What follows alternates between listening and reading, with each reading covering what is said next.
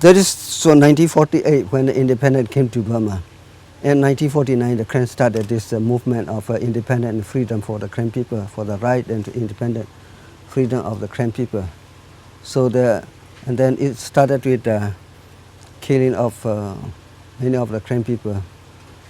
In fact, the Karen headquarters in Rangoon, Yangon, in Rangoon, the Burmese attacked the camp, and after the Karen had to leave Rangoon, the capital. And now it started the civil war on the January 31st, 1949, when all the Karen people in Burma were Karen are prominent in those cities and all like that. Many of the Karen people, they walk out, like I said, they walk out with the four slogan. We don't give our Karen state at once. We don't want, we want just to show us Burmese one chat, Karen one chat. Burmese $1, Karen $1. We don't want communal clashes. We don't want what you call the civil war. But it's ended with the killing of our people. So January 31st, 1949, the civil war started between the Karen and the Burmese.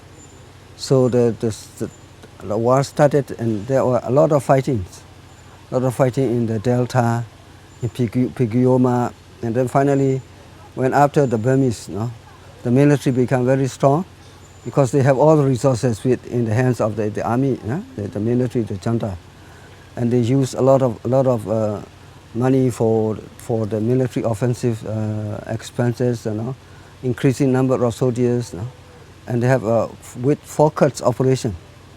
They started this oppressive operation against the Karen people. So from the Delta, the Karen had to move to Pigioma, and then from Pigioma to the eastern side.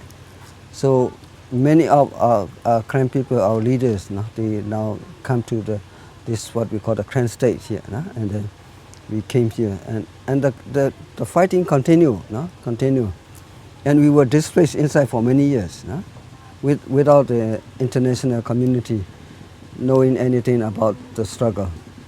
All the time the military, because they control everything, they control the media, the radio, and everything. So what happened was they are saying that the Burma is peaceful, there is no civil war, there is no fighting, it's developing. All the time they have their own propaganda like that, but in fact there was fighting. We've been displaced inside for many years. But after 1970 and 1970 and 1890, they have a lot of military operation against the Karen in the eastern side. So when the military have so many soldiers, so many the battalions, so many military offensive operations, we cannot live in our country anymore. We have to cross the border. They forced us to cross the border and came and live in Thailand.